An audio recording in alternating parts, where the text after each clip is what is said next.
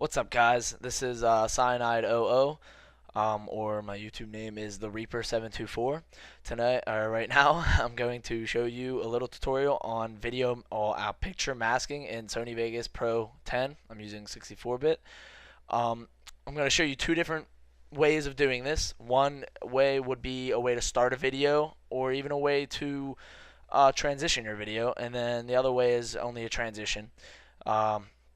First off, we're going to start off by dragging in your clip. Go ahead and take your Call of Duty clip, whatever clip you do, and drag it in. You're going to want to zoom in pretty tight on this one. This was recorded off theater mode, so there's stopped footage that isn't even used, which I cut right where it stops. Go ahead and go to the beginning of your footage where you want to start cutting. You go ahead and take a snapshot by clicking the little save, the little floppy disk above the preview, and just save that image into there. It'll pop up in your media as you see in the middle of my screen. Now you drag that into another video track and go ahead and go to the beginning of that clip and hit the view, pan, and crop. Here is where you're going to be doing most of your work. You want to check mark the mask box on the bottom left corner and then zoom in on the spot where you want to mask, or the part that you want to cut out of your image. Here I have this fast forwarded, but you're gonna go ahead and do it a lot more delicately than I do. I pretty much just fly through it just because this is a tutorial, not perfection. So go ahead and cut out your image, and let's wait until this gets done.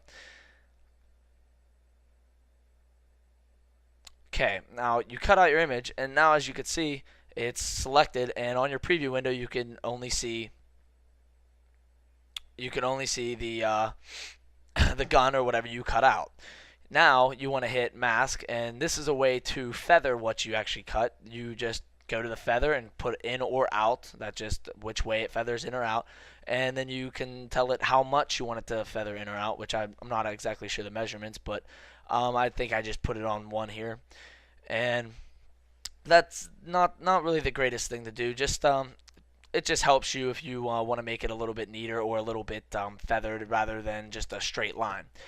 Okay, so now you want to go ahead and make another video track. Copy the picture that you already have. Go a little bit further down in the line of the line on the track, and go ahead and paste the image into there. Now you're going to want to drag your video to the end of it, as you can see.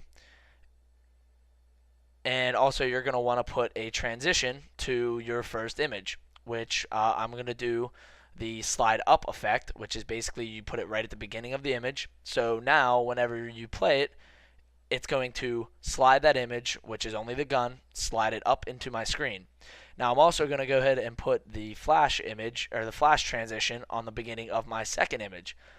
Then you're going to go to the view, pan, and crop, go to I'm not absolutely sure what it says, but if you look on the tutorial, you'll be able to see you change it to negative. Now this image is going to display the background and not the gun. So I'm pretty sure I play it back here in a second. Go to the beginning of the video and play it through. And here you can see the gun slide up. It's very slow, and then the flash, and it flashes in on the second screen. Now if you want the flash to be behind the gun, you want the gun to always show, you would do what I just did there and switch them video tracks. And I also shorten up the clip to make it slide up quicker and flash a little bit faster, I think.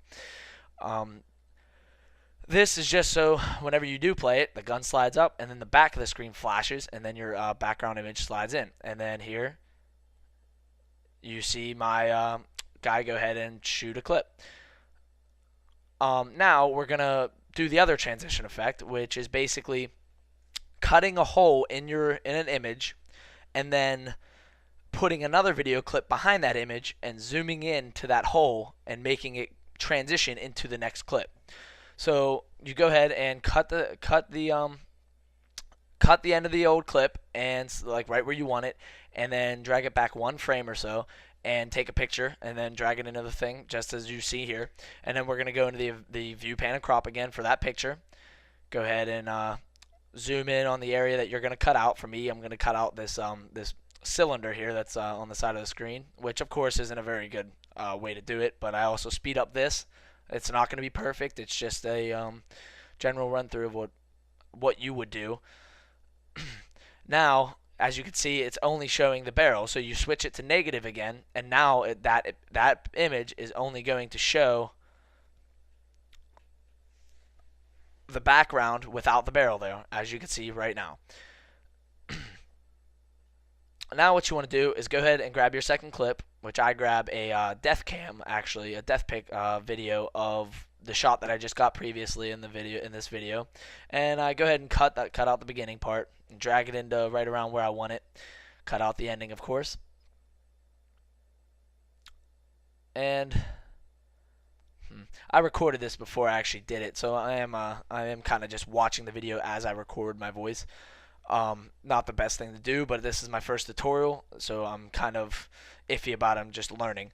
But now you want to go ahead and hit the view, pan, and crop, and now you want to select the position thing. As you can see, I just clicked it and it's blue, and now you can actually view, you can actually pan and crop your video.